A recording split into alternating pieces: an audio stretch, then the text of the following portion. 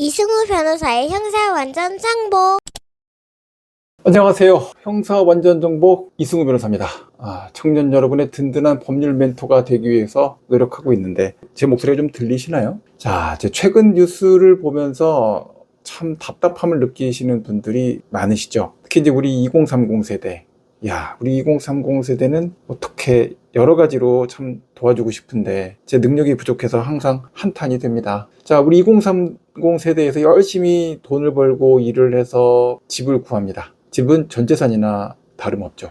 그런데 이런 2030 세대, 40대 미만 세대를 노린 전세 사기 범죄가 끊이지 않고 나오고 있습니다. 그런데 더 화가 나는 부분, 화를 내시는 부분, 이거는 범인을 잡아서 처벌을 해달라고 했는데도 형량이 생각하는 만큼 안 나온다, 이런 겁니다. 아니, 피해액이 수백억인데 징역 12년? 15년? 이게 말이 돼? 미국처럼 100년, 200년 때리면 안 돼? 왜 법이 이 모양이야? 이렇게 이야기하시는 분들 많이 봅니다. 여러분들의 분노, 청년 여러분들의 분노, 법률가로서 굉장히 뼈아프게 공감을 하는 부분이고요. 그런데 이제 이런 감정적인 부분을 넘어서서 어쩔 수 없이 법이라는 게 분석이 좀 필요하죠. 도대체 대한민국 법원은 어떤 계산식을 갖고 있길래 이런 결과가 나오는 걸까? 제가 이제 베테랑인 변호사 아닙니까? 그러니까 이런 시각으로 이 납득하기 어려운 판결 뒤에 숨겨져 있는 법률의 계산식, 계산 방식에 대해서 설명을 해드리도록 하겠습니다. 이승우 변호사의 형사 완전 정보. 가시죠. 15년이라는 처벌 형량 밖에 안 나온다는 거는 최대한 15년밖에 선고를 못한다. 이런 문제가 되는 겁니다. 그러면은 전세 사기죄의 법정 최고형이 얼마일까요? 이 법정 최고형을 넘어서 형사처벌을 하는 거는 법관의 파면사입니다. 처벌할 수도 없고요. 몇 년이요? 사기죄 몇 년이라고요? 네, 10년입니다. 10년. 최대 10년까지예요. 그러면 피해자가 1명이면 10년이고 100명이면 10년 곱하기 100 해서 1000년 때려야 되는 거 아니냐고요? 이게 논리적이지 않냐? 그렇게 하는 나라가 있죠. 미국이죠. 죄 하나하나에 다 더해서 형량을 더하는 병과주의, 이걸 취하고 있습니다. 이제 우리나라는 어떻게 한다고요? 형법은 이렇게 안 해요. 그것 때문에 아마 많은 사람들이 화를 내게 되는 것 같습니다. 우리 법 38조는 경합범 가중이라고 하는 그런 좀 방식을 취하고 있어요. 이게 무슨 말이냐? 뭔 소리냐? 가장 무거운 죄를 고릅니다. 그럼 사기죄가 100개 있어도 가장 무거운 죄는 그냥 사기죄겠죠. 거기에 딱 2분의 1까지 가중하도록 법 규정이 되어 있는 거예요. 그러면 100명이어도 100 곱하기 10이 아니라 10, 그거에 2분의 1 가중 5년, 15년까지 된다는 거죠. 맥스, 그러니까 최대치 15년이 되는 거예요. 그러니까 이렇게 되면은 계산의 알고리즘 안에서는 15년이라는 상한선은 뚫을 수가 없습니다. 판사님이 아무리 화가 나고 안타깝고 해도 이 법이 정한 이런 계산 한계점을 함부로 돌파할 수는 없는 거예요. 그렇게 느끼게 되는, 이 솜방망이 처벌이라고 느끼게 되는 그 문제의 첫 번째 가장 큰 원인입니다. 수백억 사기친 사람들인데요, 피해액이 수백억인데 특경법이 있잖아요. 금액 크면 무기징역 아닌가요?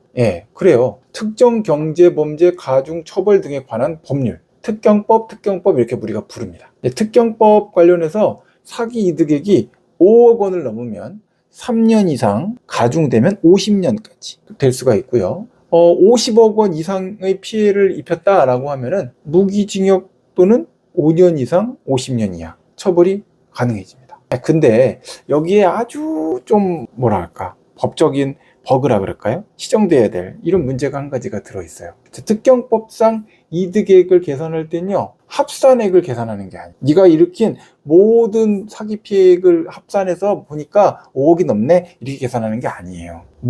피해자 한 명에 대한 피해가 크네라는 거예요. 그러니까 큰 돈 피해 입은 사람은 그만큼에 대한 피해액과 관련돼서 더 강력한 처벌을 받을 수 있게끔 처벌 규정을 적용시킬 수 있다는 거죠. 그러니까 예를 들어서 사기꾼 한 명이 돈이 좀 많은 사람한테 50억 원의 사기를 쳤어요. 그러면 특경법 중에 무기징역 처벌 형량이 가능한 거죠. 근데 사기꾼이 사회초년생 100명한테 전세금을 5천만 원씩 사기를 쳤어요. 그래서 총 50억 원 사기를 쳤습니다. 근데 이 피해액은 50억이 안 돼요. 50억이 넘죠. 그런데 피해자 1인당 피해액은 얼마예요? 5천만 원. 5억 원이 안 되죠. 이러니까 특경법 적용이 안 되는 겁니다. 그러니까 어떻게 돼요? 10년 이하의 징역, 가중되면 15년 이하. 이렇게 돼서 특경법이 아닌 일반 형법의 그 벽 뒤에 숨을 수 있게 되는 거예요. 자, 피해자는 진짜 많아지죠. 디지털 사회가 되니까. 서민들의 삶은 더 처참하게 파괴가 됩니다. 형량은 근데 오히려 가볍게 적용되는, 기이하고 아주 말도 안 되는 패러독스가 전세 사기 사건, 또 보이스피싱 사건 이런 데서 발생했는데, 그래도 보이스피싱 사건은 전기통신금융사기 처벌법이라는 게 등장을 해서 1년 이상 5년 이하, 50년 이하 처벌이 가능해지게 됐죠. 자, 그런데 전세 사기는요? 보험 사기는요? 아직 그렇지 않잖아요. 그죠? 이렇게 문제가 되다 보니까 전세 사기와 관련된 이 사기범들이 이런 시스템의 맹점을 악용하고, 또 해당되는 상황에서 다단계 사기, 특수의 피해자들한테 돈을 얼마씩 걷어들여서 1억, 2억, 3억 걷어들인 사건들도 수백 명, 피해액이 1조다, 2조다 돼도 이 15년 이라는 피해 처벌 형량에 관련된 피해 금액에 상관없는 법벽의 보호를 받게 되는 이런 문제가 생기는 거죠. 자, 그래서 최근에 이제 적용하는 것 중에 범죄단체 조직죄를 추가로 적용하는 이런 문제가 이제 한 가지가 들어오는데, 이것만 갖고도 좀 부족하긴 합니다. 그래서 전세보증금 사기와 관련돼서 최근에 이제 부산지방법원에서의 기소나 처벌 공소지기 같은 것들을 보게 되면, 주택보증공사, 주택보증보험을 제공해주는 주택도시보증공사, 허그의 보증피해, 이거를 한 개의 피해, 1인으로 피해자를 묶어갖고 특경법, 특경 사기를 적용하는 이렇게 되는 예를 만들어내고 있어요. 그럼 실제 법정 최고형이 무기징역형까지 50억 이상이 올라가고, 5억 이상이라고 허그가 피해를 입었다라고 한다면 피해와 관련된 전체 피해에 대한 처벌 형량이 3년 이상 50년 이하로 이제 될 수가 있겠죠. 그런데 이 점도 또 약점이 뭐냐? 개별 피해자에 대한 피해 합의보다는 허그하고의 합의에만 또 매몰될 수 있다는 그런 또 문제점이 있을 수가 있어요. 자, 이 전세 사기를 통해 갖고 사기죄 처벌과 관련된 형량에 대해서 설명을 해드려봤는데 어떻습니까? 불합리한 점들이 분명히 있죠. 20대, 30대 여러분, 그리고 10대 청년, 청소년 여러분, 앞으로 법과 관련돼서 실질적인 피해 구제를 더 해줄 수 있는 법제도, 이런 것들은 여러분들이 만들어 나가셔야 되는 거예요. 혼자서의 힘으로 안 되겠죠. 같이 힘을 합쳐서 법 개정의 목소리를 높이는 것, 이런 것들이 필요한 때라 생각합니다. 자, 여러분 오늘도 안전하고 행복하고 부모님과 또 주변에 있는 친구들과 즐거운 하루가 되시기를 바랍니다. 저 또 다른 또 아주 중요한 내용들을 설명해 드릴 수 있는 내용 담아서 여러분들께 돌아올게요. 그럼 안녕. 이승우 변호사의 형사 완전 정복.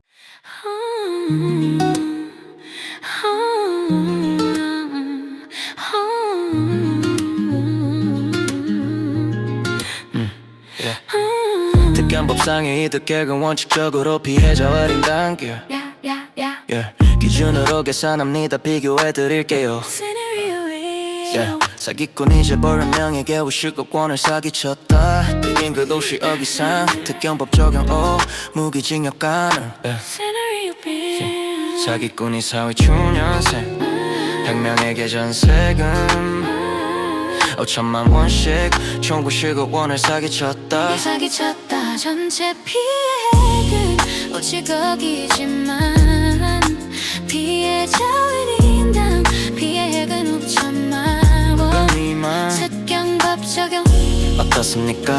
결과적으로 승마로 요비의 사기꾼은 특경법이 아닌 일반 형법으로 돌아가서 아까 말씀드린 12년의 벽 뒤로 숨게 됩니다. 피해자는 훨씬 많고 서민들의 삶은 처참하게 파괴되었는데 형량은 오히려 가벼워지는 희귀한 역설. 전세 사기범들은 바로 이 시스템의 맹점을 악용해 온 것입니다.